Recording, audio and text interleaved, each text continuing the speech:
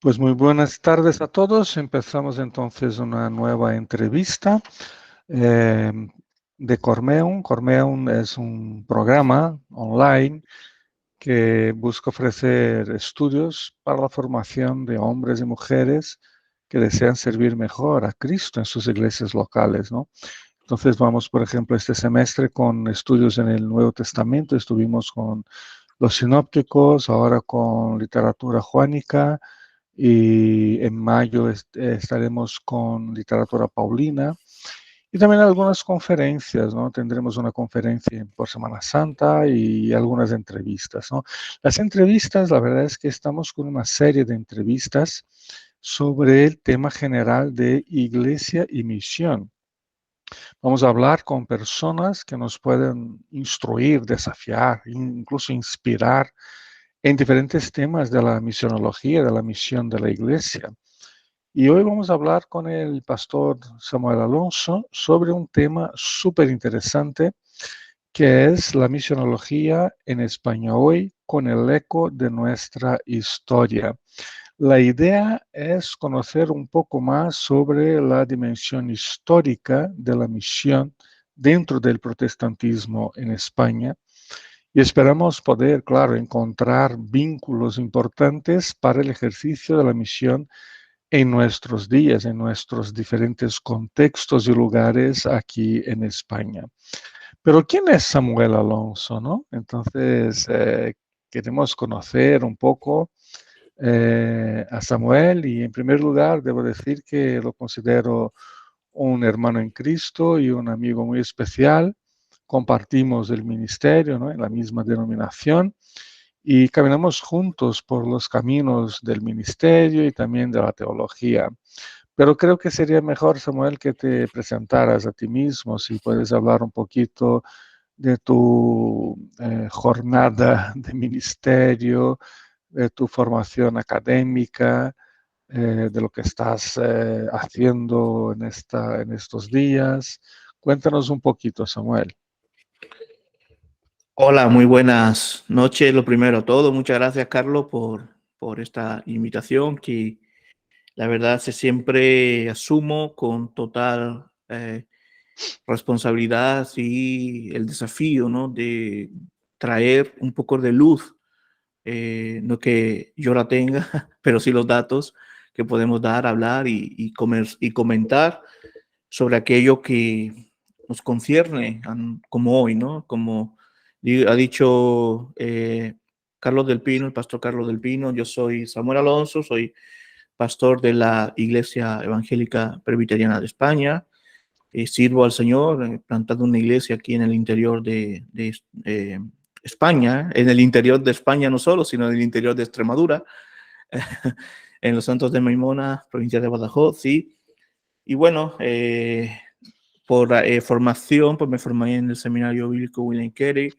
Tengo también formación en el Ministerio del Curso de Lideranza Fiel de Brasil y recientemente terminando el máster en el Seminario Teológico de Sevilla, que ya las materias ya se terminaron y estoy ahora con la parte final del trabajo fin de máster, que lo estoy haciendo para, si a alguno le interesa, pues sobre el pensamiento teológico de Francisco de Encinas, porque precisamente lo que quiero hacer es investigar de por vida en nuestro pensamiento teológico protestante español, porque sé que hay un pensamiento distinto al que la corriente en Europa ya había, ¿no? O sea, las diferentes corrientes, incluso con algunos amigos aquí presentes que hay, hemos hablado del tema, y este es un tema bastante interesante y apasionante. Entonces ahora mismo, pues, estoy terminando este trabajo fin de máster. Estoy, bueno, terminando, estoy en proceso, no sé cuándo termina, pero ahí vamos. Estoy pastoreando la iglesia evangélica presbiteriana en los Santos de Maimona y bueno, también hago varios trabajos, escribo artículos, recientemente se publicó uno en Protestante Digital, tengo un canal de YouTube que se llama Conté de Teología y en eso estamos para servir. También tengo una serie de artículos que quiero agradecer aquí a su director que está presente en Lupo Protestante, me dio la oportunidad de escribir sobre Prisciliano y tengo varios artículos por ahí escritos y siempre estoy al servicio de estas cosas, de estos, lo que he podido aprender, lo poco y y lo mucho que me queda, pero lo poquito que he podido aprender y poder dar luz a la iglesia del Señor, pues estoy siempre dispuesto a servir. Muchas gracias, Samuel. Muchas gracias, sobre todo por aceptar esta invitación, ¿no? Para estar con nosotros y compartir un poco de tus conocimientos y de tus perspectivas en cuanto a la misionología, la misión de la Iglesia hoy, aquí en España, con el eco de la historia, ¿no? Que hemos vivido. La verdad es que creo que estamos ante un tema inquietante, ¿no? Nuestra propia historia. Y hablar de la historia siempre es un desafío tremendo, ¿no? Por un lado, por el volumen de informaciones que no cabe en una entrevista. O sea, ya sé que te vamos a hacer unas preguntas y vas a tener que seleccionar datos y todo porque no cabe en una entrevista. Y es un desafío también, por otro lado, creo que por las diferentes posibilidades interpretativas que siempre se le dan a la historia, ¿no? Que pueden asumir, por ejemplo, un color de rosa o un tono gris, sobre todo conforme los intereses reinantes. Pero lo que buscamos hoy aquí es comprender un poco mejor el pasado para encontrar caminos y sentidos para nuestro presente en cuanto al tema de la misión de la iglesia, ¿no? Encontrar algunas pistas para descifrar lo que nos está pasando y dar pasos firmes hacia el futuro. Así que, si estás preparado, Samuel, empecemos. Adelante. Adelante. Empecemos, muy bien. Samuel, quería empezar con un periodo que fue un periodo que para la misionología fue muy importante, el siglo XIX. El siglo XIX fue un periodo de bastante movimiento misionero casi que por todo el mundo, ¿no? Incluso el surgimiento de denominaciones en muchos lugares del mundo, pero también en España, ¿no? Entonces quería preguntarte, ¿qué hay sobre la iglesia protestante en España antes de ese siglo XIX, ¿no? Para que podamos entrar luego a lo que es el siglo XIX. Poquito antes del siglo XIX, ¿qué es lo que teníamos de iglesia protestante por aquí? Bueno, te agradezco la pregunta. Aparte de que voy a empezar obviamente por el siglo XVI, ¿no? Porque aparte de ese tema del siglo en el que en este momento más me estoy empapando, donde más me siento también más cómodo hablando. Y bueno, para hablar de la iglesia, primeramente, para hablar de iglesia protestante o de protestantes en España, debemos irnos al siglo XVI. Obviamente no podemos hablar de una iglesia oficial como en otros lugares, como puede ser en Alemania, en Ginebra, en Inglaterra, pero entendemos que hubo una reforma que comienza en el siglo XVI y que hoy en día, incluso me va a permitir la expresión, es inconclusa. Quizás de aquí a unos años puedan decir que en nuestro tiempo es cuando más o menos, es una opinión personal, ¿vale? Se concluye totalmente todo este periodo de reforma, pero comienza la reforma del siglo XVI, que en otros países, a diferencia de otros países, es una reforma inconclusa. Este movimiento nace de puertas para adentro, o sea, nace precisamente identitario español. No se puede hablar de un movimiento entonces misionero, pero es importante conocer esto, ¿no? Obviamente, hace poco escribí un artículo para la revista La Luz que si entendemos como misión el id ad gentes, el movimiento ad gentes, a las gentes, en el contexto más cercano, cogiendo el pasaje de Hechos, cuando dice en Jerusalén, en Judea, el movimiento misionero más próximo también se puede considerar como misionero. Y obviamente en España sí existe un movimiento de misión interior del protestantismo español. Y hay casos como, por ejemplo, incluso en el siglo XVI, como el de Julianillo, que viene desde siendo un español, viene desde fuera y hace un trabajo misionero tremendo. Y podemos hablar de otros antes en Sevilla, ¿no? Pero me gustaría destacar, ya que hemos empezado con este siglo XVI, tocar algunos nombres de protestantes, reformadores españoles que fueron influyentes también en otras zonas de Europa. Quizás no con un sentido de, no como entendemos hoy, yo te envío a las misiones, te pones las manos y tú vas, ¿no? Pero por la situación forzada y como Dios movió los hilos de la providencia, realmente fueron bastante usados en la Europa protestante. Y tenemos el ejemplo un primer misionero o un primer español que es influyente en otros países, pues Juan de Valdés en Italia. Tremendo, o sea, y para mí, esto es una opinión personal, es el Lutero español, porque es el que sienta las bases con su libro de diálogo de la doctrina cristiana, el que influencia de la escuela de la Universidad de Alcalá a otros grandes como Constantino de la Fuente, como Francisco de Vargas, ¿no? Y como Juan Gil, el doctor Egidio, ¿no? Otro representante español que fue bastante influyente fuera, y aquí tengo su epistolario, es el que ya he mencionado, Francisco de Encinas, tanto en Alemania como en Países Bajos.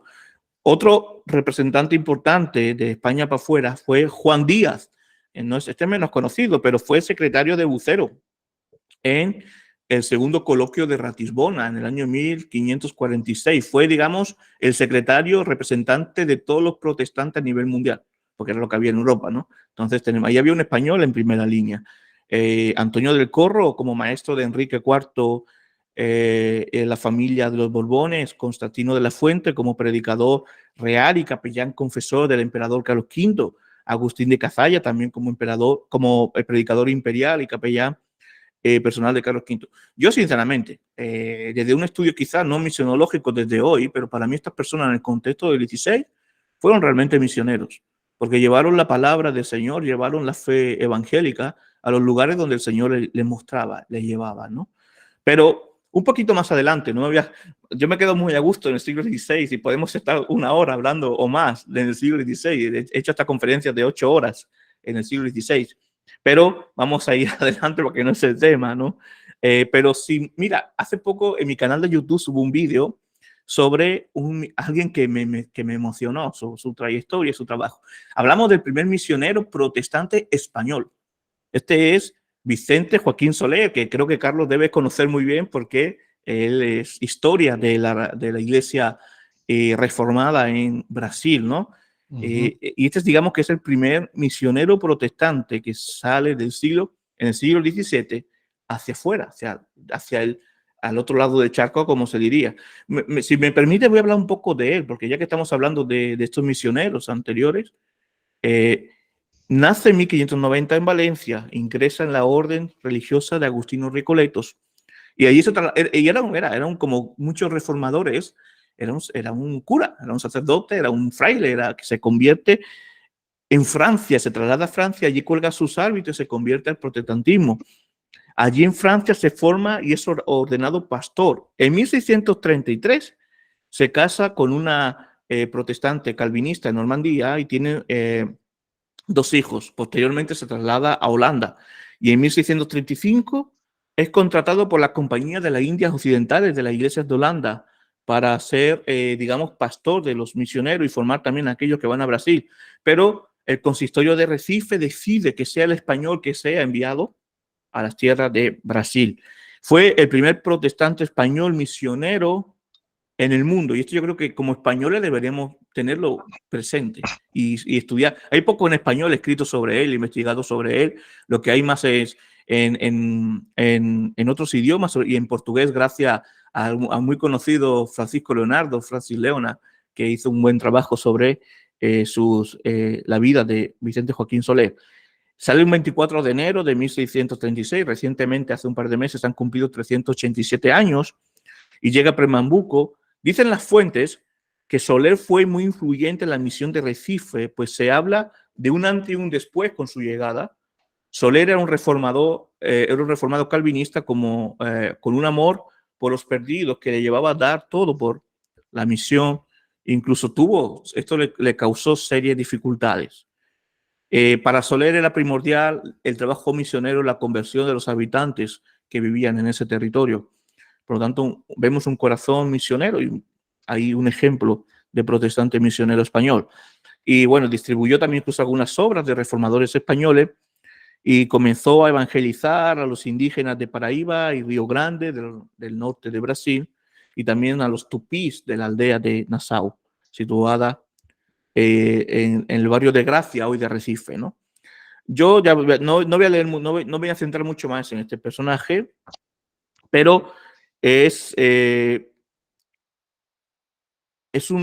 bastante importante que nosotros tengamos como referencia a uno de los primeros misioneros españoles que salen a Brasil, ¿no?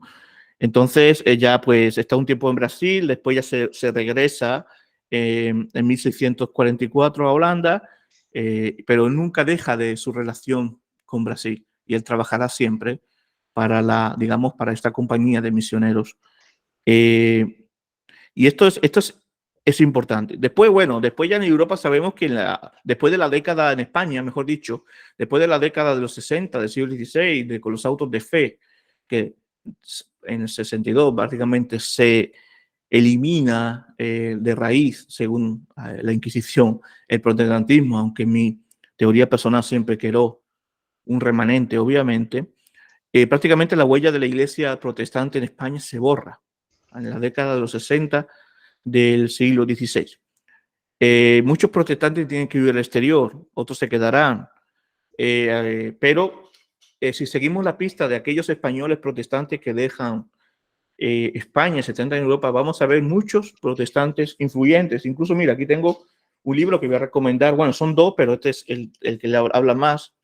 Esto es el doctor Manuel Díaz Pineda, que es también un buen amigo, escribió uno sobre la Reforma en el siglo XVI, que son Recuperando la Memoria, héroes de la Reforma Española del siglo XVI, y después escribió este, que precisamente habla también de Vicente Joaquín Soler y de algunos españoles que están en Europa y son influyentes en la fe protestante. Y esto ya del siglo XVI y XVIII se puede incluso conseguir en Amazon. Pero infelizmente, el testimonio público de protestantes españoles, cuando hablamos en España, después ya de la final del siglo XVI, y tenemos prácticamente nulo. Prácticamente no hay dentro de España. Y es en el 17, es en el 17 y 18, vemos algo en Europa y vemos testimonio en Europa. Pero en España, infelizmente, son como años ahí que quedan un poco oculto el protestantismo. No, es muy interesante el hecho de que a veces hoy pensamos, no, tenemos una idea de misionero, ¿no? Con determinadas características, tal como lo conocemos hoy. Pero de hecho, en el pasado, la figura del misionero era completamente diferente, ¿no? Pero llegamos al siglo XIX, Samuel. ¿Qué pasó en España? Pasó algo en España, porque sabemos que por muchos lugares del mundo, eh, eh, misiones enteras se movieron, ¿no? Y establecieron iglesias, denominaciones, organizaciones, hospitales, escuelas. Es lo que llamamos el movimiento misionero del siglo XIX. ¿Cómo lo ves aquí para España? ¿Qué pasó por aquí? Bueno, aquí en el siglo XIX a nivel mundial fue un siglo importante en temas de las misiones protestantes. Se le conoce como el siglo de las misiones protestantes, gran siglo, Eso y, es. y bueno, me tocó en el artículo que escribí, me tocó trabajar bastante en esto, ¿no? Eh, igual que en la reforma del siglo XVI, cuando estudiamos la reforma del siglo XVI, no se puede entender, se solapa prácticamente con el humanismo. El siglo XIX tenemos otro factor importante que es el liberalismo. Y esto va a ayudar bastante a que los países se abran, por ejemplo, en Hispanoamérica, con la llegada de iglesias. Bueno, en Brasil pasó, en Chile, la llegada de iglesias protestantes a estos países tiene que ver con ese liberalismo independiente que se independiza de la corona.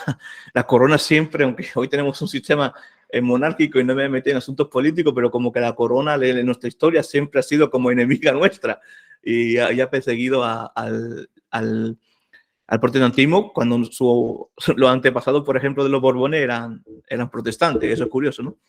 Pero bueno, para eso decía que París vale una misa. Pero bueno, volviendo al tema, el siglo XIX, tenemos que entenderlo como un siglo de abertura a las misiones, donde, como se le conoce al padre de las misiones modernas, a William Carey, a todo después lo que viene después de las agencias misioneras, la formación. Y aquí en España se le conoce como Segunda Reforma, ¿no? Esto es un tema también de, de debate porque yo he tenido que investigar esto, incluso fue uno de mis trabajos del seminario fue por qué se llamaba Segunda Reforma. Yo no lo veo como una segunda reforma, porque la primera no se cerró, es parte del mismo movimiento de la reforma, solo que esto es un movimiento misionero del siglo XIX que existe en España. Y este movimiento es diferente que en otros países, tiene sus subidas y bajadas. Hay tres movimientos importantes de misioneros en el siglo XIX, ¿no? Uno, en la gran primera ola, actividad misionera protestante, que es desde el año 1835 a 1840, con personajes importantes como Guillermo Rull, Jorge Boro, Robert Chapman, y entre los años 1840 y 1852 se produce una parada de este periodo misionero. Pero, ¿por qué comienza el 35? Ahí hay una mayor, que no es que hubiera una gran libertad, o sea, que hay una mayor abertura al tema del misionero, porque gracias a Dios, y esto es una muy buena noticia, gracias a Dios y estos movimientos liberales y anticlericales, en el año 1834 por fin es abolida la Inquisición. Entonces esto obviamente abre más puertas a misioneros, pero ese primer periodo después es cerrado. Esta primera etapa también, como digo, es un tiempo de subidas y bajadas en el 19.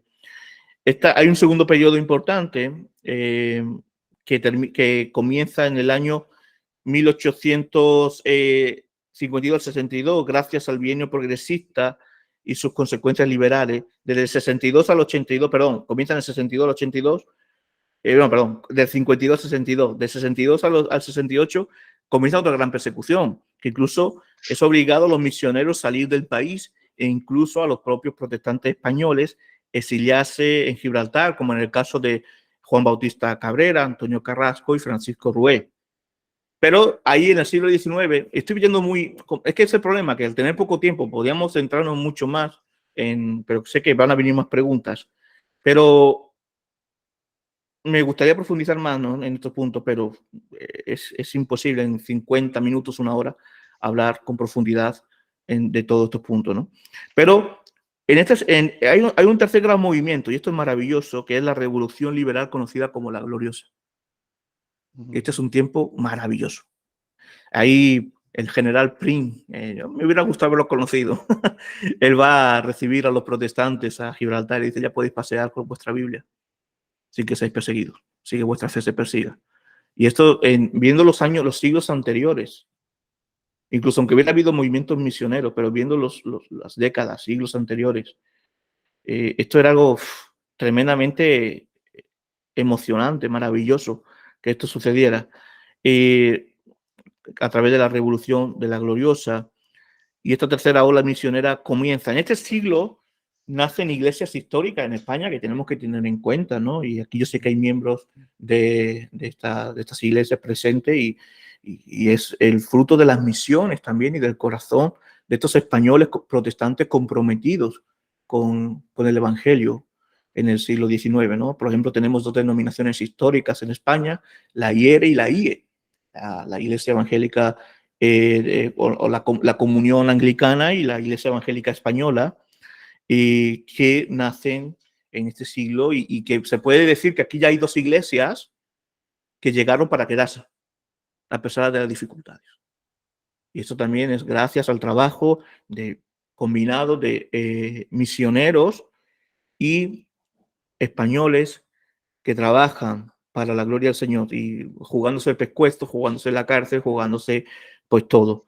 Y bueno, también hay otros grandes movimientos misioneros que hay que destacar, entre ellos el movimiento de asambleas de hermanos por el norte, por ejemplo. Esto fue en los pueblos tremendo lo que hicieron, también en otras ciudades, como el gran trabajo a pesar de dificultades en Madrid, en Barcelona y bueno, misioneros que vienen de Alemania, de Ginebra, Suiza, de Escocia, de Inglaterra, hacen un trabajo maravilloso, y es cuando se puede decir que la iglesia evangélica vino ya en España, la iglesia protestante llegó para quedarse, con dificultades y no con todas las libertades. Hubo momentos que sí, pero también persecuciones. Por allí hay crónicas, por ejemplo, el obispo anglicano Carlos López Lozano hizo un libro sobre las memorias, cómo comienza la iglesia, cómo se forma la iglesia anglicana, y es tremendo. Igual que con los pastores, los pioneros de la IE, tuvieron que sufrir muchísimo. Yo me acuerdo, por ejemplo, Antonio Carrasco, que va para Estados Unidos, y allí en una reunión de la Alianza Evangélica Mundial, explica cómo está la realidad de los protestantes españoles en el siglo XIX, y se te rompe el corazón. Que de hecho, después de esa conferencia que da en Estados Unidos, vuelve y muere en el barco, que famoso barco donde muere también la familia de Sparfo, que sale el famoso himno de Estoy bien con mi Dios. Entonces, para mí el siglo XIX es fundamental para el tema de las misiones en España, y después lo que se gesta, el caldo de cultivo que se va haciendo, estas iglesias que yo sé que vamos a hablar, ¿no? En el principio del siglo XX, la época de la persecución después de la Segunda República, y todo esto, y lo que es hoy, ¿no? Y lo que me maravilla que, mira, aquí yo no he venido a hablar de doctrina, ni de teología, ni nada, yo he venido a hablar de historia, y me maravilla.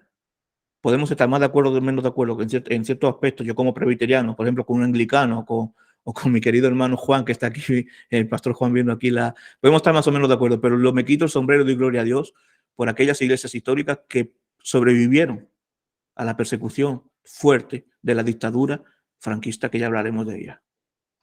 Y doy gracias a Dios por ello. Sí, es tremendo.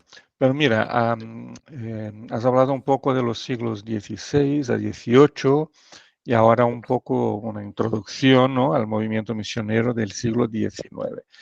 ¿Hay alguna manera de relacionar ambos periodos, Samuel? Eso es lo que me gustaría a mí. Eso Pues es lo que vamos me a gustaría. ello. Lo que me gustaría a mí es hacer una relación sobre esto, o sea, cómo se relaciona. Mira, yo, si me permite, estaba investigando, bueno, cuando he tenido que estudiar esto, hacer el trabajo sobre el periodo del siglo XIX, tuve que leer varias fuentes, pero voy a leer, te voy a leer las palabras de un artículo de mi profesor, el doctor Andrés Mesmer, y voy a comentar ellas. Si me permites, te las leo. Dice, ¿cómo podemos resumir los dos movimientos del siglo XVI y siglo XIX? Por un lado, ambos fueron periodos de una presencia protestante relativamente intensa en el país, y ambos, son palabras suyas, y ambos fracasaron a la hora de reformar la iglesia en España. Por eso tuvieron características muy diferentes, aquí donde voy, tuvieron características muy diferentes entre sí, como su influencia, su doctrina, su protagonista, su impacto, su objetivo. ¿Es útil hablar?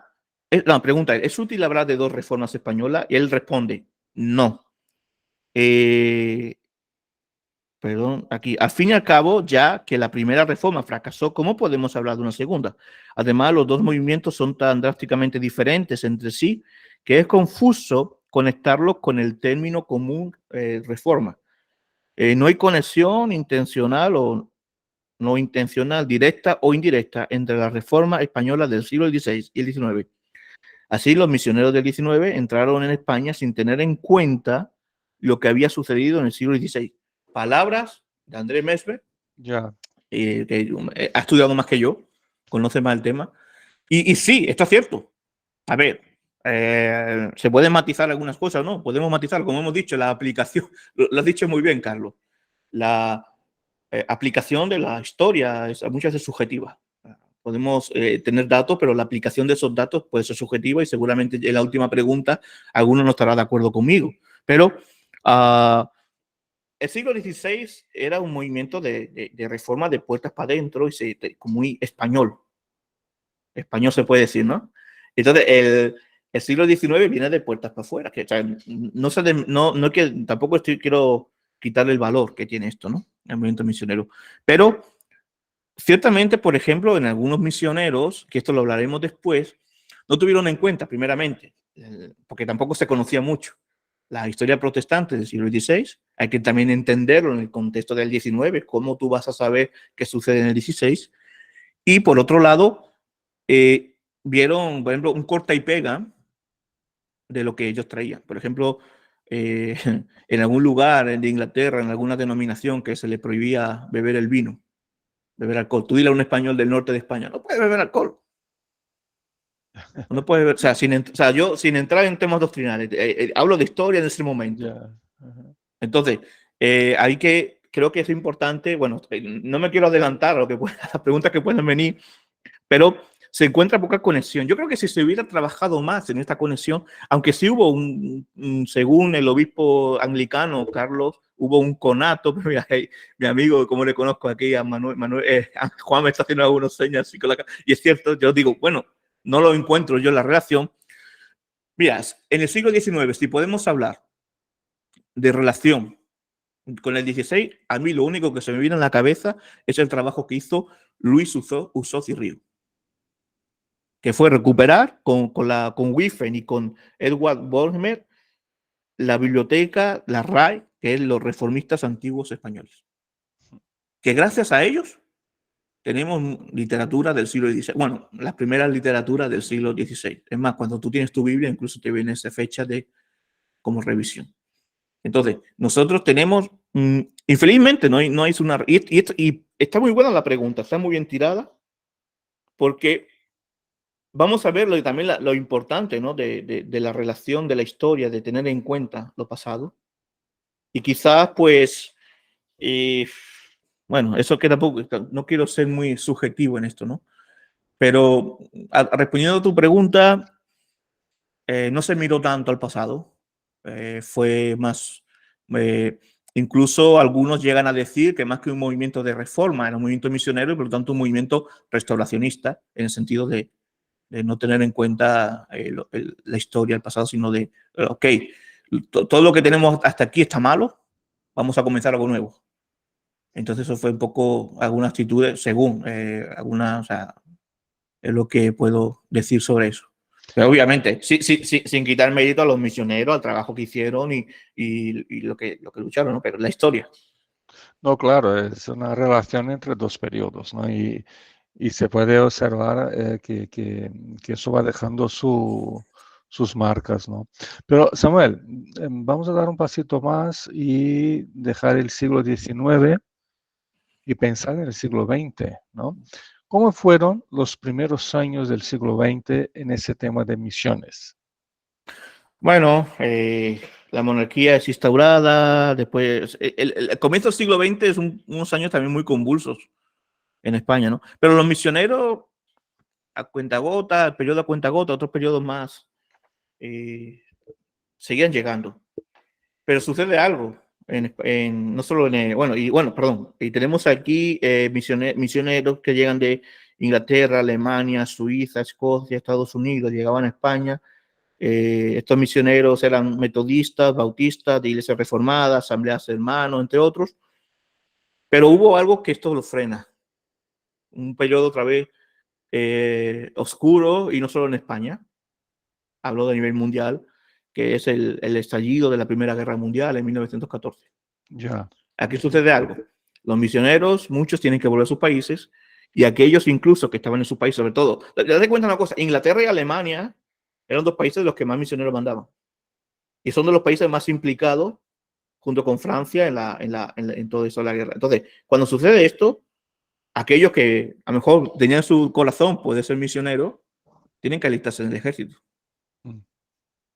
Tienen que ir a la guerra. ¿Cuántos misioneros, cuántas personas con corazón misionero habrán muerto en ese tiempo? Entonces, es un tiempo también negro, oscuro, y esto hace pues que todo se paralizara, aunque en España obviamente seguíamos con cierta libertad. Mira, ahí tenemos a nuestros hermanos de la IE y de la IERE que seguían, y con los demás hermanos ya con iglesias que había, ¿no? Pero para hablar de un florecimiento de misioneros, tenemos que irnos a un periodo que no voy a entrar, como digo, yo no estoy hablando de política, no estoy hablando de no me voy a meter en asuntos políticos ni en esos regionales, pero un periodo que no podemos negar fue precioso para la evangelización en España, para las misiones y para la Iglesia protestante, fue la Segunda República. Aunque uno llegó a decir que yo no abandoné a la República me abandonó a mí. Yo no había nacido en esa época, lo he estudiado, tengo mis ideas, tengo mis pensamientos sobre esto, pero no se puede negar desde la historia que fue un tiempo rico para la Iglesia protestante en España, para las misiones, que comienza el 14 de abril de 31. Ahí sí se vive, yo creo que uno de los periodos para la Iglesia evangélica la Iglesia protestante, de más libertad del siglo XX hasta ya después la democracia. Y bueno, ahí, mira, voy a lanzar una cuña, que hay un documental por ahí que hace poco he visto y he entrevistado en mi canal, Lume, que recomiendo a todo el mundo que lo vea, que habla de la historia de la Iglesia en Segovia, pero tocando también los periodos a nivel nacional, lo que iba ocurriendo, porque obviamente es la misma historia. Y narra muy bien estas épocas, ¿no?, del siglo XX. La Segunda República es un tiempo dorado dentro del protestantismo español. Y bueno, ahí donde se puede hablar del siglo XX, que quiero el momento para mí especial. Mira, antes de la guerra, para que te hagas una idea del trabajo misionero, el trabajo y también de los protestantes españoles. Había, antes de que estallara la guerra civil, en 1936, un número aproximado de 30.000 protestantes en España. Oye, que para los tiempos que estamos, no es una, o sea, para los tiempos que estábamos ahí, no es una mala cifra. Hay un testimonio dentro del documental incluso, bueno, es un testimonio, pero que uno, si estudia este periodo, puede ver. En un pueblo de 250 habitantes había 400 personas que iban a un culto. En un pueblo de 250 habitantes, 400 personas que venían de los pueblos alrededor. Entonces fue un tiempo dorado. Y bueno, el siglo XX, como digo, fue convulso, tuvo sus subidas, sus bajadas, pero que eso es la historia. Hoy yo creo que de aquí a unos 100 años nos estudiarán y dirán lo mismo de nosotros en otros aspectos. Sí, sí, sí. Bueno, llega la dictadura, ¿no? Con Franco. ¿Hubo algún movimiento en cuanto a las misiones en ese periodo, Samuel? ¿Cómo lo ves? Bueno, más bien fue perseguido.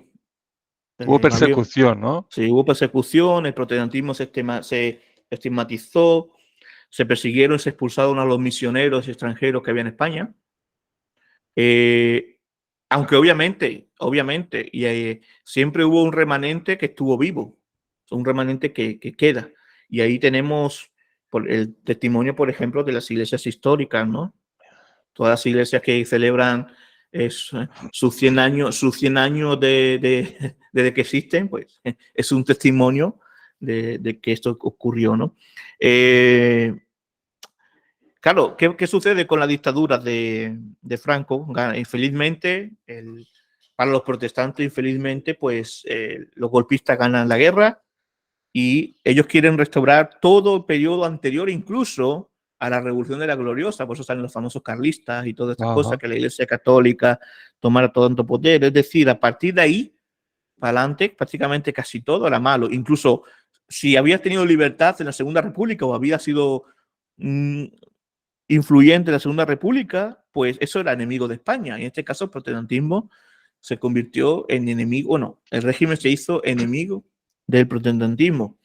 Y durante la Guerra Civil Española, pues ese régimen franquista empezó a perseguir a los 30.000 protestantes españoles y obligó a muchos a abandonar, y a muchos pastores a exiliarse también, no solo a los misioneros extranjeros, y muchos se exiliaron, acabaron exiliados. Una vez acabada la guerra, ¿sabes qué sucede? Una vez acabada la guerra, se confiscaron las traducciones bíblicas no católicas. Ya. Se confiscaron, se cerraron las escuelas protestantes que se habían creado en el siglo XIX. Sí. Al acabar la guerra, se suprime la libertad de conciencia y el franquismo intenta borrar, como hizo la Inquisición en el 16, la memoria histórica del protestantismo español. Aunque el fuero de los españoles de 1945 se permitió la práctica privada de tu fe, pero claro, no podía hacer ninguna evidencia pública. Siempre había para ahí un espía, un chivato, como decimos, que llamaba a la policía de la política social, y el protestantismo sufrió persecución, había espías en las congregaciones, los servicios protestantes entonces siguieron prohibidos al público, y había que hacer pues algo más, cantar bajito en casa, volvieron pues a las persecuciones. Incluso no se podía hacer culto en edificios públicos que tuviera lugar a la calle, ¿no? Y en la conciencia de la sociedad española ya estaba manchado. O sea, tú decías que era protestante y era lo peor. Era como si tuvieras una peste o algo.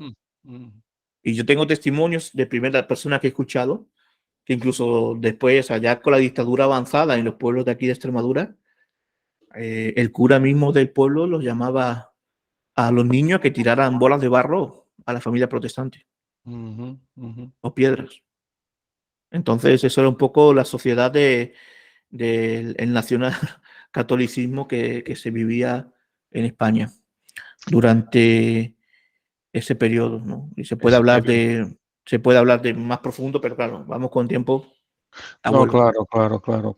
Pero ¿hasta cuándo se puede apreciar entonces de nuevo la vuelta a las misiones, de las misiones de España, Samuel? Porque eso va a Bueno, cambiar en algún momento, ¿no? sí. Mira, va un poco relacionado también con la abertura, porque claro, en España ¿quién manda? Le dirá Franco, sí, pero ¿quién manda con Franco? La Iglesia Católica de Roma. Y un poco en los años 60, con el Concilio Vaticano II, hay una abertura, ya no somos herejes, somos hermanos separados. Aunque eso queda en el papel, en la conciencia seguimos siendo herejes y manchados. O sea, eso aquí en España no cambió. Eh, y una cosa es lo que viene en el papel, otra cosa es la práctica. Pero a partir de los años 60 ya había cierta libertad, sobre todo en las ciudades, ¿no? En los pueblos, muchos fueron todavía perseguidos. Incluso, mira, tengo testimonios que acabaron pastores en el calabozo, ya incluso después de la dictadura, de la democracia, pero todavía aquí no se habían enterado que se podía hacer fe pública, lo de Ya. protestantes. Y muchos pastores acababan en el cuartelillo, que, pero si no, nosotros podemos. Entonces, tenemos eso. Pero bueno, respondiendo a tu pregunta, la libertad, aunque falta de eh, la falta de libertad había privado a España de algo muy, muy beneficioso, que era el Plan Marshall. Es más, no ha ayudado porque no se garantizaba la libertad aquí en España. Entonces no se le dieron. Entonces, posteriormente, Franco, el Plan Marshall fue en el año 1948, más o menos. Franco después hace un concordato en el 53 con la Santa Sede, y el terreno era muy complicado.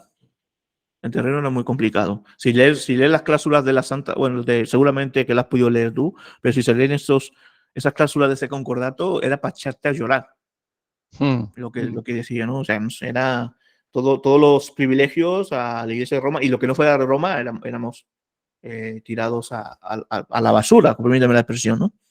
Pero ahí, curioso, esto hay que enfatizarlo, la Iglesia protestante se organiza en una comisión de defensa evangélica española en el año 1956, todavía no había ocurrido el Vaticano II. Y ya se están uniendo para que vean, esto me inspira.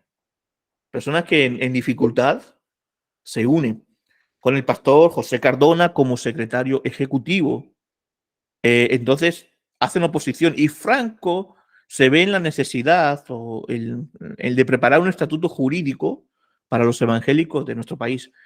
Y esto la ley se regula en el año 1967, y que, aunque contenía libertades, ojo, era una ley con trampa. Contenía, era como los nazis con los judíos, o sea, nos señalaba, nos marcaba. Entonces, tenía ciertas libertades, podía, por ejemplo, se abrían las escuelas de nuevo, se podía hacer culto público, pero estaba señalado. Y aunque había ciertas libertades, también había ciertas, digamos, restricciones, incluso socialmente estaba señalado como protestante. Incluso esto ha llegado esta conciencia ha llegado hasta hace poco. Yo me acuerdo cuando yo me convierto, no hace más de 20 años, y aquí los pueblos, se enteró una amiga que era catequista, amiga de mi madre, con los protestantes, se ha convertido tu hijo. O sea, como que aunque después vinieron libertades, esa conciencia de apestados en la sociedad española sigue, o sea, ya, bueno, ya un poquito menos, pero ha seguido durante los años ya la democracia también. Y en la última parte del franquismo, obviamente, ya con el comienzo de la democracia, pues comienza a verse un mayor movimiento misionero, diferente del siglo XIX, ya hablaremos de eso, muy Claro. diferente, que ha tenido mucha influencia en lo que hoy es España, la iglesia evangélica. Y comienzan a llegar misioneros de otros lugares, y en este caso entra un factor nuevo, Iberoamérica. Ya. Ujú. Pero quiero aprovechar entonces y dar ese salto, ¿no? El tema que tenemos es la misionología en España hoy, ¿no? Claro, con el eco de nuestra historia, pero ese hoy es lo que me gustaría ahora que habláramos un poquito, Samuel. A la luz de todo lo que pasó, de ese resumen que nos has presentado, ¿cómo se configura hoy las misiones en España, hoy en nuestra época? Bueno, esta es la parte que más respeto me da, porque suele ser la parte más subjetiva y no quiero caer en subjetismo. Por eso quiero hablar de datos, ¿no? Como he mencionado antes, volvió un nuevo movimiento misionero a España, pero más contemporáneo y parecido incluso a lo que ya vemos hoy, ¿no? En las iglesias evangélicas en España, cuando llegan de Inglaterra, Escocia, Francia, Países Bajos, Alemania, Estados Unidos, Canadá e Iberoamérica. Y meto también Iberoamérica, meto también a Brasil. Aunque también se empieza a ver a partir de eso de 60, 70, 80, un nuevo factor a tener en cuenta en el movimiento misionero. ¿Sabes cuál es el nuevo factor? El pentecostalismo. Sí. Uh-huh. Eso comienza en el siglo, a mitad del siglo XX para acá, ya 60, 70, los misioneros que empiezan a llegar. Entonces, hay un nuevo factor a tener en cuenta, un nuevo cuerpo a tener en cuenta, que es el pentecostalismo, que después también podemos hablar un poco de ello, un poquito más adelante, y que influencia grandemente a la iglesia protestante en España.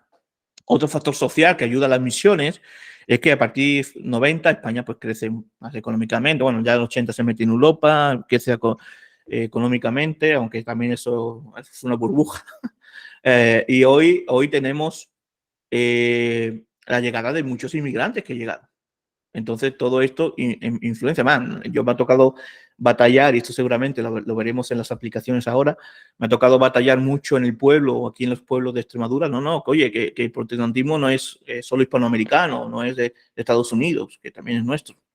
Y esto, claro, es también un poco lo que vemos hoy. Muchos inmigrantes de otro país han llegado, que son bienvenidos, y los recibimos, y aquí en mi iglesia tenemos bastantes inmigrantes que para mí no son mis hermanos.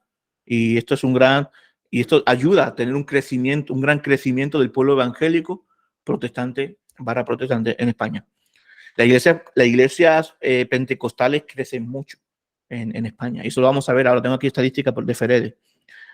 Vamos a ver las estadísticas. Bueno, antes del estallido de la guerra civil, en España había, ¿sabes cuánto?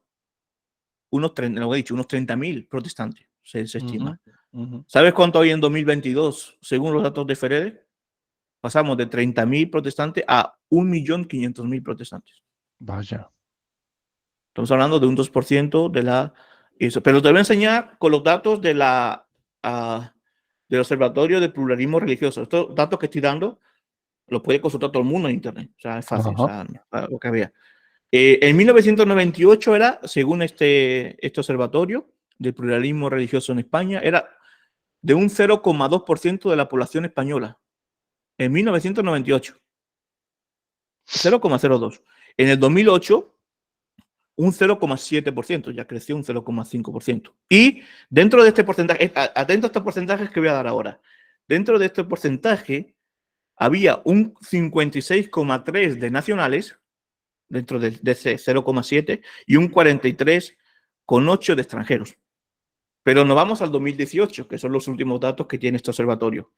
Hay un 2% de protestantes en España. Pero fíjate los porcentajes. Ahora hay un 38,2% de nacionales. Ya no hay un 56% del 0,7%. Ya hay un 38% del 2%. Un 38,2% de nacionales y un 61,8% de extranjeros. Son estadísticas. Yo las estoy poniendo ahí para que podamos incluso reflexionar. Y hoy la confesión, lo que sí es la confesión protestante, la segunda mayor en España, la primera de las minoritarias que se conoce, ¿no?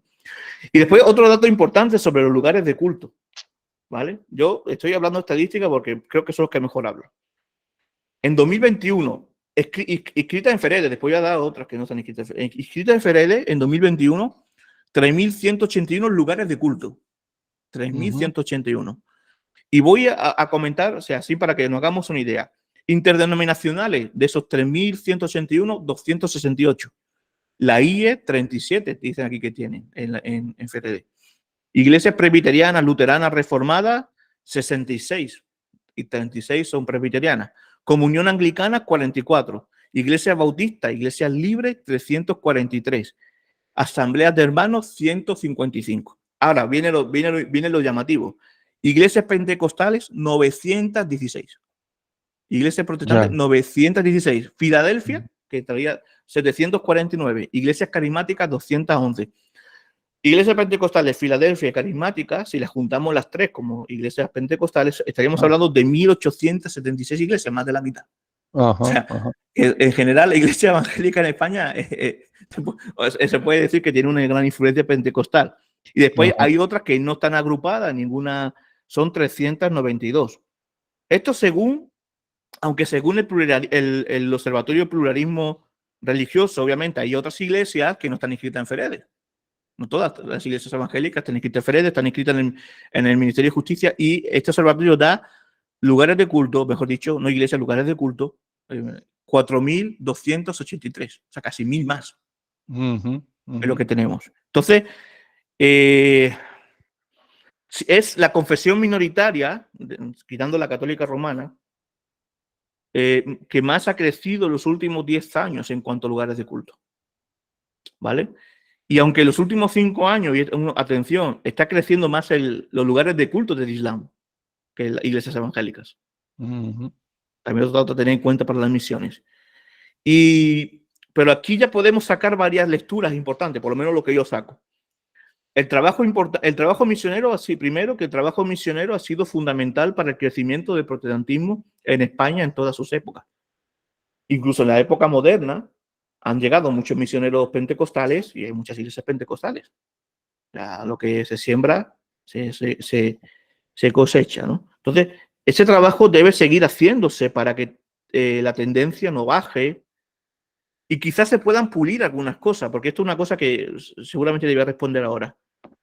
Y otra cosa es que esto debemos seguir trabajando, no pensando en el aquí y ahora, como hicieron los protestantes en el siglo XIX. Si tú lees las predicaciones, las actas incluso de las iglesias históricas, esto hay que hacerlo pensando también en las generaciones venideras, como hicieron aquellas iglesias del siglo XIX, que han sido las que han perdurado. Pensando en las generaciones venideras. Bueno, se ha quedado dando muy deprisa muchos números. No, pero son números que nos abren la visión para entender cómo somos, ¿no? Quiénes somos hoy, ¿no? Pero claro, a la luz de esa historia misionera actual, Samuel, ¿qué nos puedes sugerir a los misioneros que venimos de fuera? Creo que ahí puedes dar tu contribución personal y creo que nos vendría a todos muy bien. Bueno, es mi opinión, es mi lectura, ¿no? Quizás me estás escuchando y puede que no estés de acuerdo con mi lectura, o quizás sí, o sea, no.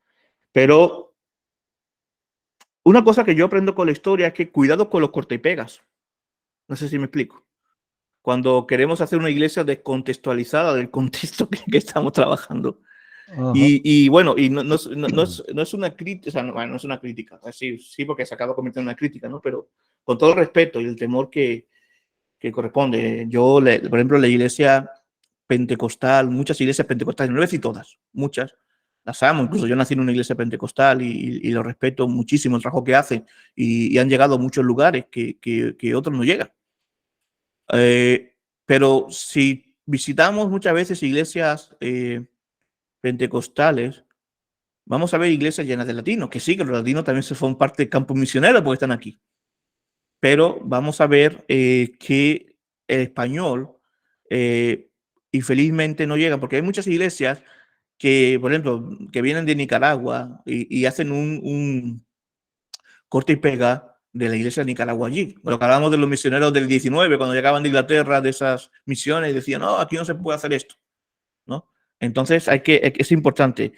Y creo que también hay que pulir. Hay una cosa, y eso los misioneros yo les digo siempre, que se necesita, y cuando he tenido la oportunidad de dar conferencias a misioneros, es importante estudiar la historia de la iglesia, del país. O sea, ya sea España, ya sea China, ya sea donde tú te vayas, conocer la historia de la iglesia.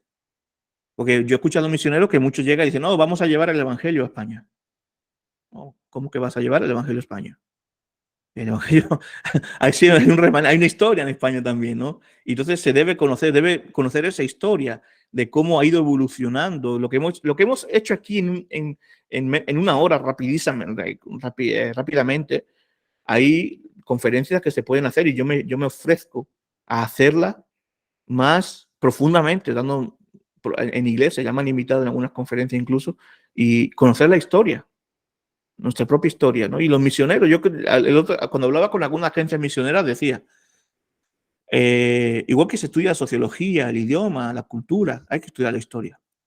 Y hemos visto que para hacer misiones tenemos que hacerlo siempre escuchando el eco, como se llama esta conferencia, ¿no? El eco de nuestra historia. Y otra cosa, España no es solo Madrid, Barcelona y la costa. No sé si me explico. Hay un interior de España que está virgen, que realmente nunca ha habido una iglesia protestante, como en el caso aquí, por ejemplo, de los Santos de Meimón hasta que llegamos nosotros. Y tengo algunos datos según Decisión, el Ministerio de Decisión, hay 330 pueblos de más de 5.000 habitantes sin iglesia evangélica y sin ninguna iglesia, ni siquiera de Filadelfia, sin iglesia en menos de 5 kilómetros. Estamos hablando de 330 pueblos, de más de 5.000. Imaginaros si vamos y tenemos en cuenta los pueblos más pequeños, más de 10 millones de españoles que no tienen cerca una iglesia. De 47 millones, 10 millones que no tienen cerca una iglesia. Hay 8.124 pueblos en España y el 92% de esos pueblos no tienen iglesia evangélica. Hablamos de pueblos. ¿Qué quiero decir con esto? Que los misioneros que vienen de fuera, que sean pragmáticos, que las agendas de la iglesia no envíen tantos misioneros donde ya hay testimonio. Ya, no voy a hablar ya de mente como mente denominacional. Por ejemplo, yo soy presbiteriano. Como no hay iglesia presbiteriana en Barcelona, vamos a mandar iglesia presbiteriana en Barcelona. Yo vería más útil mandar una iglesia presbiteriana como presbiteriano, una misión, yo qué sé, un pueblo de Castilla-La Mancha, de grandecito, de 10.000 habitantes, que no tiene iglesia, que no tiene testimonio, y hay muchos pueblos alrededor, satélites, que mandarlo a un lugar de Barcelona donde ya hay bastante iglesia. Porque que seamos más pragmáticos a la hora de pensar en misiones, no tanto misiones, no hagamos misiones mirando solo de nuestra denominación, sino más allá, como iglesia, como cuerpo de Cristo. Y tanto la historia nos ha enseñado de esto, o sea, cómo han ido a trabajar las asambleas de hermanos, los pueblos, cómo han ido otras iglesias a trabajar en los pueblos. Y también aprendemos de lo malo que han hecho en la historia también. Y los misioneros que vienen, me has preguntado, es una cosa que digo a los misioneros que vienen de fuera, a que sean pragmáticos y vayan a la iglesia. Obviamente es más difícil, hay que tener paciencia, también hay que tener paciencia para esto. Y tiene la agencia misionera también que envía, no esperen que envíen un informe diciendo hemos tenido 50 creyentes en el primer mes. Que no, el trabajo misionero dentro del país es más lento. Y deben tener paciencia con el campo. Y para eso deben estudiar la historia. Mira, yo he ido a conferencias de misioneros que están en Cáceres, que lo considero una ciudad, pero que están en el interior de España. Cuando he dado una conferencia de historia, y no porque la haya dado yo, la puede dar cualquiera que sabe de historia, pero cuando han conocido la historia, me han llegado a decir, wow, ahora entiendo más al español. Ahora sé cómo hablarle mejor. Porque la historia nos da esa herramienta de misionología también. Y eso es importante a mí la historia aquí en el pueblo me sirve para evangelizar mucho, es conocer la historia. Y otra cosa, que planten iglesias, y en la plantación de iglesias donde no hay, le diría a un misionero, que desde el primer momento no piensa a que sean 50, 100, 200, sino que desde el primer momento se involucren en las misiones interior. Sino, tú tienes un pueblo, hemos dicho, un pueblo de Castilla-La Mancha, pueblo de 10.000 habitantes, no hay iglesia, hay 10 pueblos alrededor que no tienen iglesia. Estás plantando iglesia, no tengas solo una visión para ese pueblo, una visión comarcal. Implica a los primeros creyentes, formalos obviamente, pero que se haya una iglesia desde el principio que está enseñando ya a ser discípulos, a llegar a otros pueblos. Nosotros, nuestra visión aquí es comarcal y que apoyen a esas iglesias, quiero decir, que ya estén formando y pensando en la segunda generación. Porque muchas veces, esto lo hemos comentado una vez, Carlos, el misionero piensa en la primera generación. Llego, planto la iglesia, hago la misión, pero no me preocupo ni de formar un pastor, ni de que el pastor sea sustentado por la iglesia, como nos viene fondos de fuera. Entonces, nosotros nos acostumbramos a ser una iglesia pasiva, no una iglesia proactiva. Sí, es verdad. Entonces, se necesita que la iglesia sea una iglesia también independiente en el sentido de esto, que haya una segunda generación, que haya pastores, que haya enviados a otros pueblos de alrededor. Obviamente, lo que estoy hablando aquí no es un trabajo de 5 años, es un trabajo a medio y largo plazo en España, pero que ya se esté pensando en esto, en ir. Por ejemplo, también incluso en ayudar, en ponerte en contacto con otros pastores para ayudar a revitalizar una iglesia, como se están haciendo también. Y que las propias iglesias, también españolas, y que tengamos carga en que nos involucremos en las misiones del país, que apoyen a esos misioneros de interior, como yo lo llamo, que apoyen a esos plantadores de interior también con sustento económico. Es muy complicado aquí en España.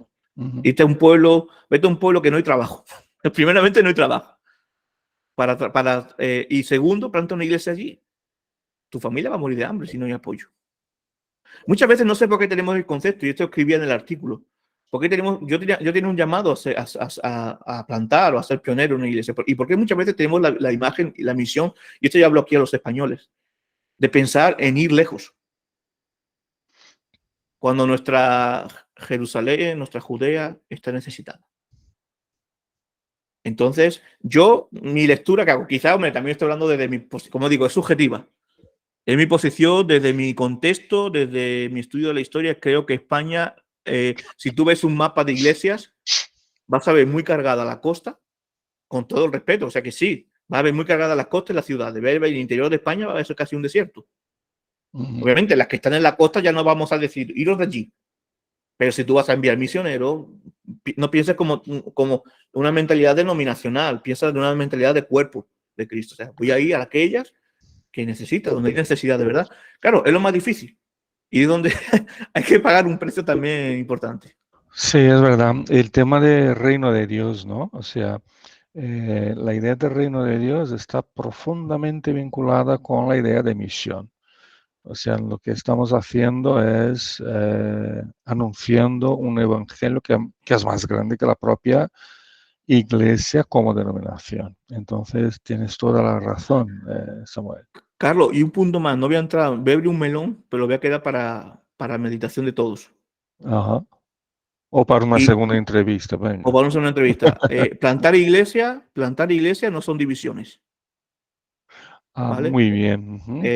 Ojo, que muchas iglesias, que eso también, los datos engañan, porque muchas de esas 3.100 y pico datos que he dado han partido de una división, rotura de iglesia. Sí. Y eso no es plantar iglesia. Sí, que después Dios lo usa a pesar de nosotros y nuestro pecado, por gloria a Dios. Pero cuando hablamos de plantación de iglesia, hablamos de plantar iglesia. Eso es. Bueno, Samuel, nos quedamos por aquí hoy. Creo que nos has hecho pensar bastante. Nos has no solo enseñado parte de la historia del protestantismo en España, sino que también la importancia del movimiento protestante para las misiones dentro y fuera de España o desde España a otros lugares. Y nos has hecho esa reflexión que de verdad es que tenemos que pensar, tenemos que meditar, orar y dar mejores pasos, ¿no? Como misioneros, como iglesia en España. Quería agradecerte de todo corazón la disponibilidad de estar con nosotros esta tarde y espero que tu obra ahí en San José de Maimona pueda crecer, pueda fructificar, con eco Bueno, de la historia, por amén. supuesto. Amén. Y quería agradecer a todos vosotros que habéis separado ese tiempo para seguir esta entrevista. De todo corazón, muchísimas gracias. Mañana la voy a colgar, porque la estamos grabando, la voy a colgar en nuestro canal de YouTube que se llama Cormeum, ¿vale? Y estará ahí disponible para lo que queráis, ¿vale? Y de nuestra parte, como coordinador de ese proyecto Cormeo, estoy también a vuestra disposición para que podamos cooperar en lo que sea necesario. Y nada, con T de Teología, el blog de Samuel, que también os recomiendo, con muy buenas entrevistas, muy buen material, y, y os dejo un fuerte abrazo y un saludo. Muchas gracias. Bendiciones a todos, hermanos. Muchas gracias. Muchas gracias.